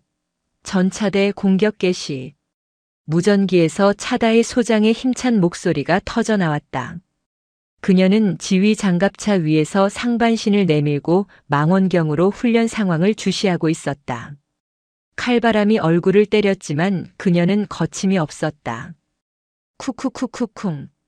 대지를 울리는 굉음과 함께 흑표 전차들이 눈 덮인 언덕을 치고 올라갔다. 포신이 불을 뿜고 공포탄 소리가 전장을 진동시켰다. 실전을 방불케 하는 긴장감이 감돌았다. 일제대 돌파 성공. 이제대 도하 작전 준비하라. 모든 것이 완벽하게 돌아가고 있었다. 차다이는 훈련 준비를 위해 밤을 새운 참모들을 격려하려던 찰나였다. 그녀의 직감이 무언가 불길한 신호를 보냈다. 707 시절 수많은 사선을 넘나들며 발달한 죽음의 냄새였다. 그녀는 망원경을 돌려 강가에 대기 중인 공병 부대를 살폈다. 얼어붙은 한탄강 위로 부교가 설치되고 있었고 지휘용 단정들이 엔진을 예열하고 있었다. 최 원사. 도하 장비 최종 점검 누가 했나? 옆에 있던 최무성 원사가 즉각 대답했다. 정비대대장 최소령이 어젯밤 직접 했다고 보고받았습니다. 최소령이? 평소에 현장 잘 안 나가는 양반이 웬일로? 차다희의 미간이 좁혀졌다. 최소령. 박두각의 잔당. 물증이 없어 내버려 두었지만 늘 주시하고 있던 인물이었다. 잠깐. 도하 중지시켜. 예. 사단장님, 지금 선두 전차가 진입 중입니다. 지금 멈추면 작전 타임라인이 다 꼬입니다. 중지시키라고. 뭔가 이상해. 차다이가 무전기를 잡으려는 순간이었다. 쾅. 강 위에서 거대한 폭발음과 함께 검은 연기가 치솟았다. 훈련용 공포탄이나 연막탄 소리가 아니었다. 그것은 명백한 실제 폭발음이었다. 뭐야? 상황 보고해. 차다이가 다급하게 소리쳤다. 치직. 여기는 도하 지점. 1호 단정이 폭발했습니다. 사상자 발생. 사상자 발생. 무전기 너머로 비명소리가 들려왔다. 1호 단정? 그건 내가 타기로 예정되어 있던 배잖아. 차다희의 등골이 서늘해졌다. 만약 그녀가 예정대로 저 배에 타고 있었다면 지금쯤 형체도 없이 사라졌을 것이다. 의무 헬기 띄워. 현장 통제하고 병력 뒤로 물려. 내가 직접 간다. 차다희는 지휘 장갑차에서 뛰어내려 험비에 올랐다. 현장은 아수라장이었다. 얼어붙은 강 위로 설치되던 부교 일부가 파손되었고 단정 주변에 있던 병사 2명이 피를 흘리며 쓰러져 있었다. 다행히 단정이 출발하기 직전이라 탑승자는 없었지만 파편에 맞은 병사들이 고통스러워하고 있었다. 차다이는 피가 낭자한 눈밭을 걸어 사고 지점으로 다가갔다. 검게 그을린 단정의 잔해들이 널려 있었다. 그녀는 잔해 하나를 집어들었다. 기름 냄새와 함께 매캐한 화약 냄새, 그리고 묘하게 익숙한 탄 냄새가 났다. 이건 배터리 과열이 아니야. 기폭장치다. 현장 지휘관인 공병대대장이 사색이 되어 달려왔다. 사단장님, 죄송합니다. 엔진 과열로 추정되는 폭발이. 엔진 과열? 영하 20도다. 시동 건 지 10분도 안 된 엔진이 과열로 폭발해? 그것도 연료통이 아니라 배터리 접속 부위가 날아갔는데? 차다희의 눈빛이 매섭게 변했다. 이것은 자연적인 기계 결함이 아니었다. 누군가 인위적으로 손을 댄 흔적이 역력했다. 누군가 그녀를 죽이려 했다. 아니, 그녀가 죽지 않더라도 훈련을 망치고 책임을 뒤집어 씌우려 했다. 최소령 어디 있어? 차다이가 낮게 으르렁거렸다. 예. 아, 최소령님은 아까부터 배가 아프다고 의무대 텐트에 가 계십니다. 배가 아파? 꾀병이군. 차다이는 주먹을 꽉 쥐었다. 심원식을 쳐내고 평화가 찾아왔다고 생각했으나 그것은 착각이었다. 어둠 속에 숨은 쥐새끼가 자신의 부하들을, 그것도 가장 신성해야 할 훈련장에서 피를 흘리게 만들었다. 헌병대장 오라고 해. 그리고 최원사, 넌 정비대대 텐트로 가서 최소령 잡아와. 도망 못 가게 다리를 부러뜨려서라도 끌고 와. 알겠습니다. 차다이는 쓰러진 병사에게 다가갔다. 의무병이 지혈을 하고 있었다. 병사의 다리에 박힌 파편을 보는 순간 그녀의 가슴 속에서 뜨거운 불길이 치솟았다. 어떤 놈이 감히 내 새끼들 피를 보게 했나. 그녀의 목소리는 영하의 날씨보다 더 차가웠다. 반드시 잡는다. 잡아서 내 놈들이 저지른 짓이 얼마나 끔찍한 실수였는지 뼈저리게 후회하게 만들어주마. 차다이는 하늘을 올려다보았다. 회색 눈구름 사이로 독수리 한 마리가 선회하고 있었다. 사냥은 아직 끝나지 않았다. 이제는 방어가 아니라 선멸전이었다. 강원도 철원군 한탄강 도하 훈련장. 매캐한 화약 냄새가 얼어붙은 강 위를 뒤덮고 있었다. 폭발의 여파로 부서진 단정의 잔해들이 검은 흉터처럼 눈밭에 흩어져 있었다. 의무관, 여기 환자 발생. 빨리 와. 피를 흘리며 쓰러진 병사들을 향해 의무병들이 달려갔다. 차다의 소장은 그 참혹한 광경을 지켜보며 어금니를 꽉 깨물었다. 이것은 단순한 사고가 아니었다. 명백한 공격이었다. 그녀의 부하들을 향한 그리고 그녀의 지휘권을 향한 비열한 테러였다. 최무성 원사. 차다희의 목소리는 영하 20도의 혹한보다 더 차가웠다. 정비대대 텐트로 가.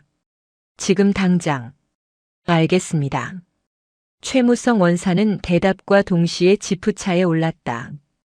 그의 눈빛에는 살기가 감돌았다. 감히 사단장의 목숨을 노리고 죄 없는 병사들을 다치게 했다. 특수부대 시절부터 차다이를 보좌해온 그에게 이것은 용서할 수 없는 영린이었다. 3사단 의무지원 텐트.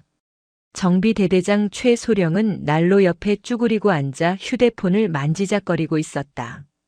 밖에서 들려오는 폭발음과 비명소리에 그는 회심의 미소를 지었다. 터졌군.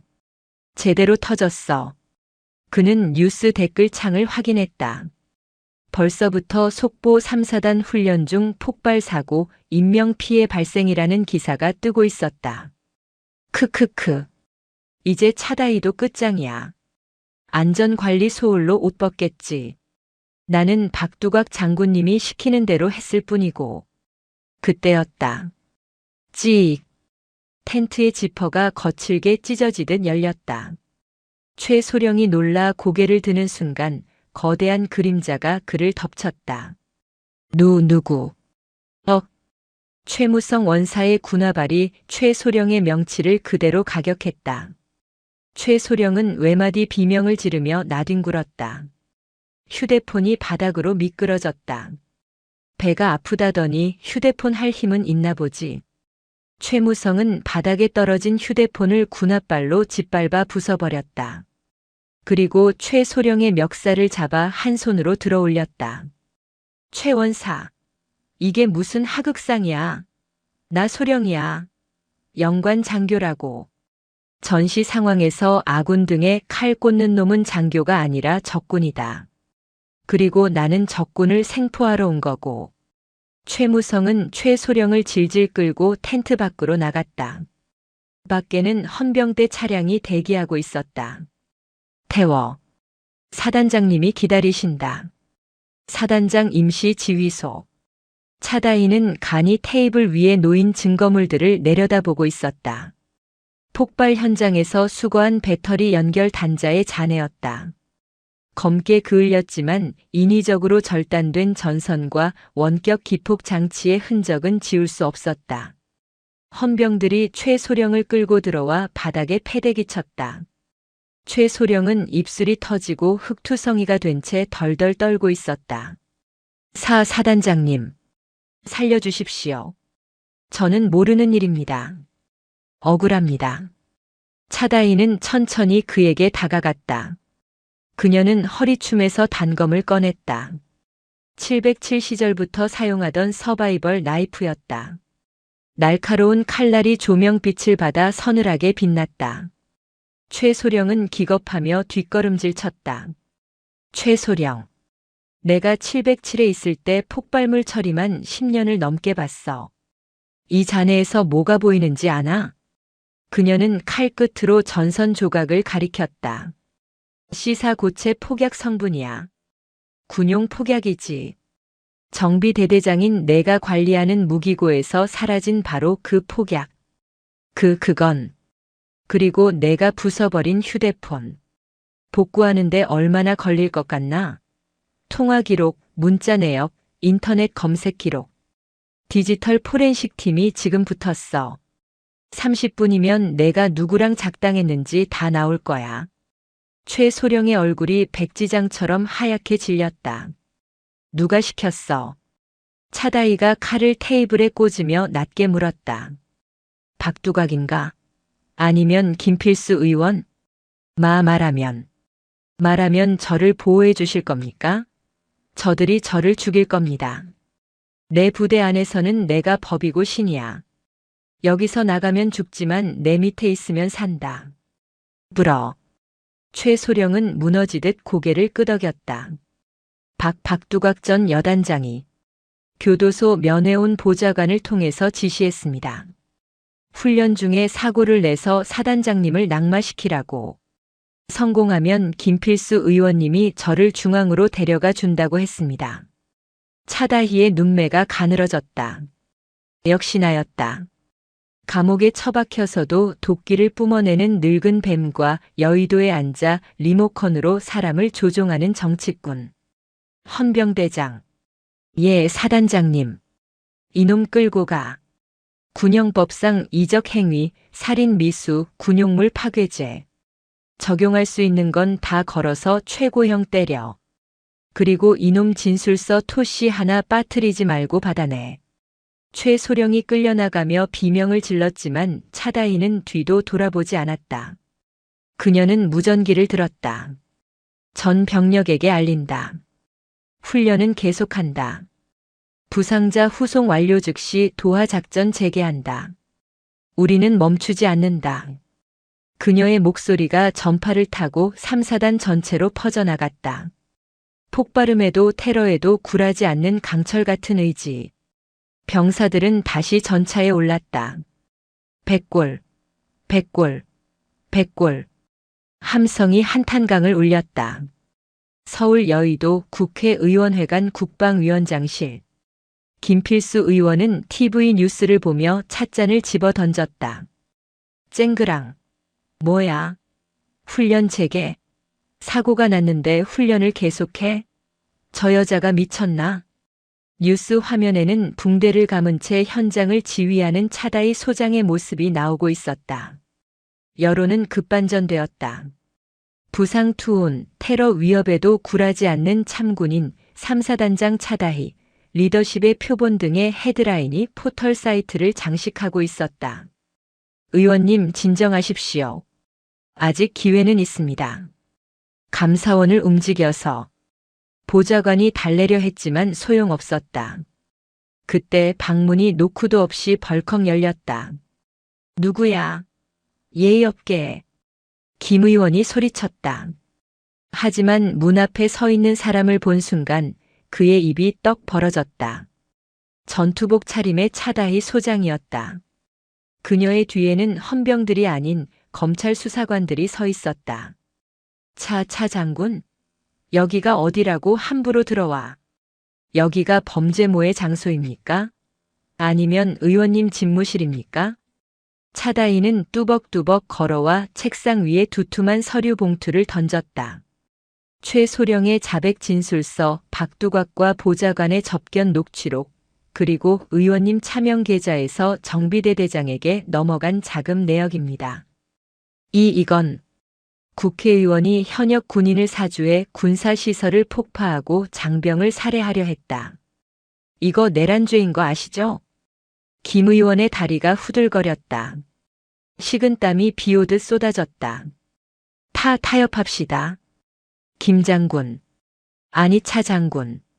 내가 이번에 국방장관 추천해 줄게. 응? 별셋 아니 넷 달게 해줄게. 이거 덮자고. 차다이는 싸늘하게 웃었다. 저는 별 따위 구걸하지 않습니다. 제 별은 제가 전장에서 땀 흘려답니다. 그녀는 뒤에 선 검찰 수사관들에게 눈짓했다. 체포하십시오. 증거인멸 및 도주 우려가 있습니다. 이거나 내가 누군지 알아. 나 국방위원장이야. 김 의원은 개처럼 끌려나갔다. 복도에 있던 기자들이 몰려들어 그 추한 모습을 생중계했다. 차다희는 그 모습을 지켜보며 온매무새를 다듬었다.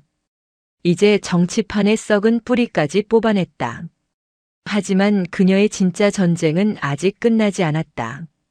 몇 달 후 봄. 강원도 철원군 근남면 민통선 이북 지역. 건조한 봄바람이 DMZ 비무장지대의 마른 억새밭을 훑고 지나갔다. 평화로워 보이는 전선이었지만 그 고요함은 순식간에 깨졌다. 북측에서 시작된 원인 미상의 산불이 강풍을 타고 군사분계선을 넘어 남쪽으로 무섭게 번져오기 시작한 것이다. 산불 발생. 산불 발생. GOP 15소초 전방 500M. 강풍을 타고 확산 중. 3, 4단 지휘통제실에 비상이 걸렸다. 불길은 단순한 화재가 아니었다. DMZ 내부에는 수십 년간 묻혀있던 대인 지뢰와 불발탄들이 산재해 있었다. 불길이 닿을 때마다 쾅, 쾅 하는 폭발음이 지뢰밭에서 터져나왔다. 전 병력 투입한다. 방화선 구축해. 단 지뢰 지대 진입은 절대 금지다. 차다의 소장은 헬기를 타고 현장 상공을 날았다. 불바다였다. 불길이 철책을 넘어오면 후방의 민가까지 위험했다. 지상에서는 병사들이 등짐 펌프와 갈퀴를 들고 사투를 벌이고 있었다. 그 중에는 이동진 중사도 있었다. 그는 징계로 감봉 처분을 받고 백의종군하는 마음으로 가장 위험한 최전방 작업에 자원했다. 조금만 더 버텨. 헬기 온다. 이동진이 소리쳤다. 그때 바람의 방향이 바뀌었다. 불길이 뱀처럼 혀를 날름거리며 방화선 안쪽으로 덮쳐왔다. 피해. 뒤로 물러나. 병사들이 황급히 후퇴하는 와중에 갓 전입 온 신병 하나가 나무 뿌리에 걸려 넘어졌다.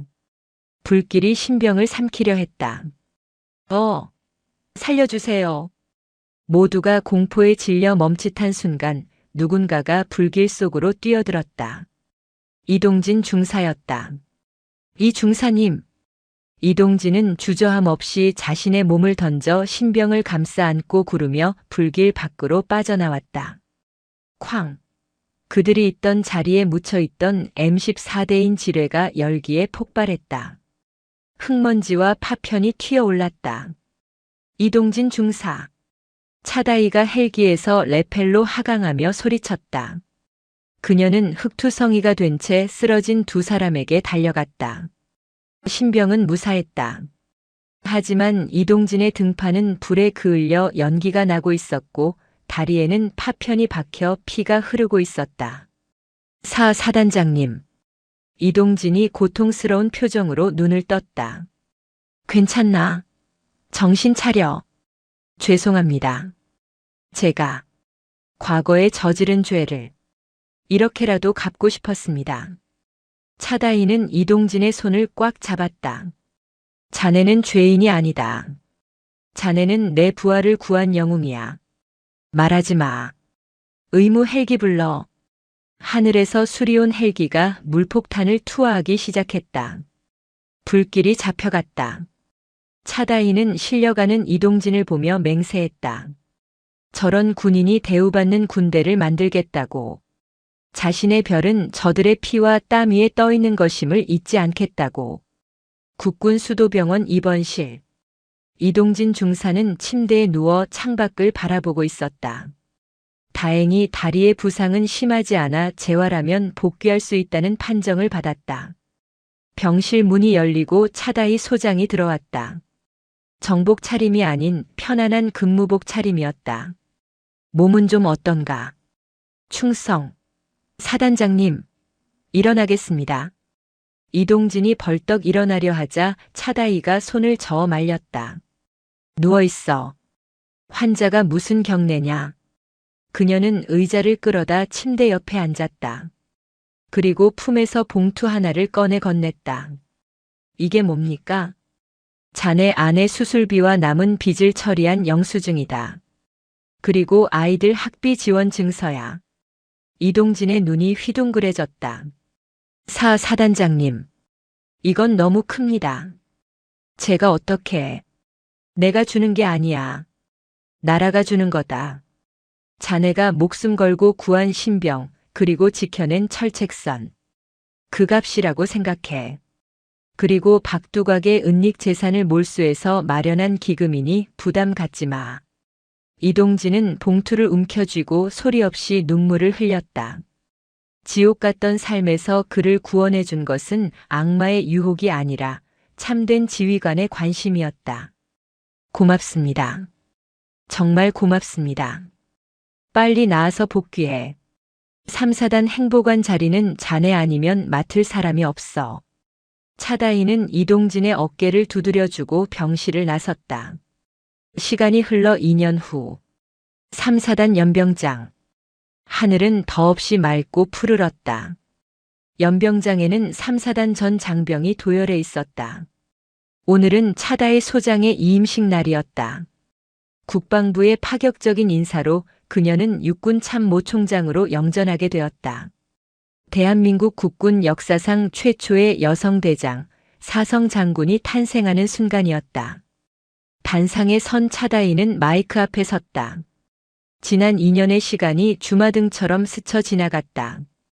부조리와의 전쟁, 감옥에 간 박두각, 몰락한 김필수 의원, 그리고 불길 속에서 부하를 구한 이동진 중사까지.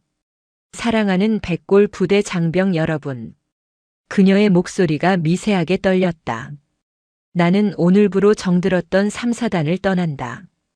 처음 이곳에 왔을 때 나는 여러분에게 어머니가 아닌 지휘관이 되겠다고 말했다. 기억하는가? 백골. 수만 명의 목소리가 하나가 되어 울렸다. 하지만 지금 고백하건대 지난 시간 동안 나는 여러분에게서 너무나 많은 것을 배웠다. 전우의 희생, 그리고 용기. 여러분이 나를 진정한 지휘관으로 만들어 주었다. 그녀는 잠시 말을 멈추고 맨 앞줄에 서 있는 이동진 상사 진급과 최무성 원사를 바라보았다. 그들은 눈시울이 붉어진 채 그녀를 바라보고 있었다. 나는 이제 육군의 가장 높은 곳으로 간다. 하지만 명심하라. 내 몸은 계룡대에 있어도 내 영혼은 언제나 이곳 철원의 서리빨 속에 여러분과 함께 있을 것이다. 내가 입은 이 군복이 부끄럽지 않도록, 그리고 여러분이 흘린 땀이 헛되지 않도록 나는 마지막 순간까지 싸울 것이다. 그녀는 도열한 장병들을 향해 마지막 경례를 올렸다. 부대 차렷. 사단장님께 대하여 경례. 백골. 함성은 단순한 구호가 아니었다. 그것은 맹세였다. 차다이가 심어놓은 정의와 원칙의 씨앗이 거대한 숲이 되어 대한민국을 지킬 것이라는 영원한 맹세였다. 차다이는 오픈카에 올라 연병장을 돌며 병사들을 사열했다. 꽃가루가 날리고 병사들은 모자를 던지며 환호했다. 그들 중에는 완전히 회복하여 씩씩하게 서 있는 이동진 상사도 있었다. 그는 차다희와 눈이 마주치자 엄지손가락을 들어 보였다. 가십시오. 저희는 걱정 마시고. 차다희도 미소로 답했다. 서울 용산 국방부 육군 참모총장실. 넓은 집무실 창밖으로 서울 시내의 전경이 내려다 보였다. 제복의 어깨에 4개의 별을 단 차다희 대장은 서류 결제를 하고 있었다. 똑똑. 부관이 들어왔다. 총장님, 국회 국방위원회 출석하실 시간입니다. 알겠네. 차다희는 자리에서 일어났다. 그녀는 벽에 걸린 거울을 보며 매무새를 다듬었다. 거울 속의 그녀는 여전히 707시절의 날카로운 눈빛을 간직하고 있었다. 이제 그녀가 상대해야 할 적은 더 거대하고 교활할지도 모른다. 하지만 두렵지 않았다. 그녀의 등 뒤에는 수십만 명의 든든한 진짜 군인들이 서 있음을 알기 때문이다. 그녀는 집무실을 나서며 책상 위에 놓인 작은 액자를 바라보았다. 3사단장 이임식 날, 최무성 원사, 이동진 상사, 그리고 웃고 있는 병사들과 함께 찍은 단체 사진이었다. 사진 밑에는 작은 글귀가 적혀 있었다. 정의는 힘이 세다. 그러나 그 힘은 사람에게서 나온다. 차다이는 문을 열고 복도로 나갔다. 그녀의 구두 굽소리가 또각또각 세상의 부조리를 깨트리는 망치 소리처럼 당당하게 울려 퍼졌다. 그녀의 전쟁은 끝나지 않았다. 다만 더 넓은 세상으로 더 높은 정의를 향해 나아갈 뿐이다. 전설은 이제부터가 진짜 시작이다. 밤하늘에 별이 빛나고 있었다. 하지만 땅 위에는 그보다 더 빛나는 별 차다이라는 강철의 별이 대한민국을 지키고 서 있었다.